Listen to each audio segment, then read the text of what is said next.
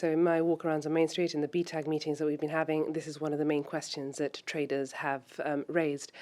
What this means is that we now have guidance notes issued which are agreed between the Gibraltarian authorities and the EU authorities, which tell us exactly how traders in Gibraltar will go about obtaining a NIF number and an EORI number.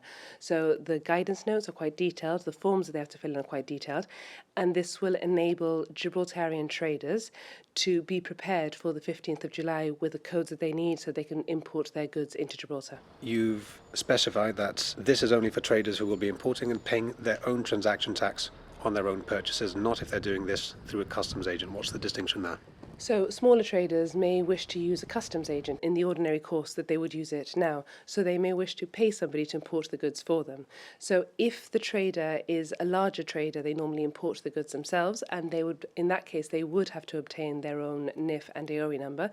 But if traders are using a customs agent, as they ordinarily do now, and are paying their duties through the customs agent, then they don't have to go through the process of obtaining an EORI and a NIF number. For some traders, this may be raising some concerns about the prospects of having a NIF, meaning their business is registered in Spain.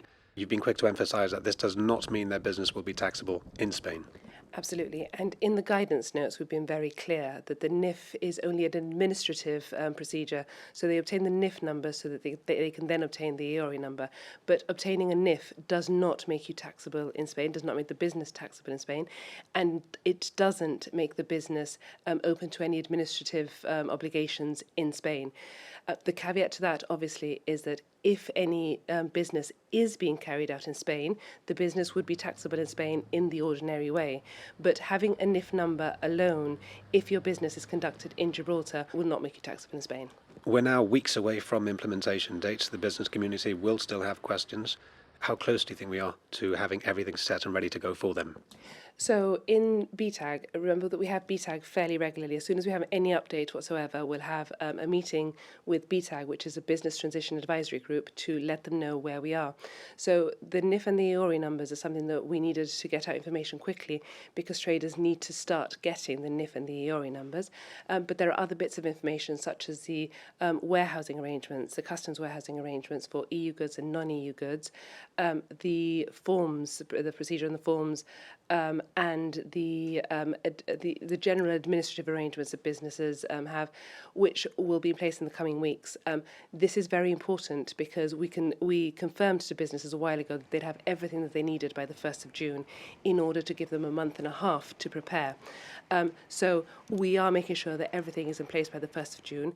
The administrative arrangement, which is a formal document, will take 2 weeks longer, but all the guidance notes that businesses need, we gave assurances in the BTAG on Friday that businesses will have those by the 1st of June. And you are confident that there won't be issues to iron out in terms of the understanding of this arrangement between Spanish tax officials and Gibraltar businesses? These guidance notes have actually been agreed with customs officials on the Spanish side and customs officials on the Gibraltar side. So we are very confident that everyone is aware of the arrangements and that everything will be implemented so that it's seamless on the 15th of July. There may be some issues, but the guidance notes, as agreed between the parties, are very thorough, so we don't anticipate there to be any major issue.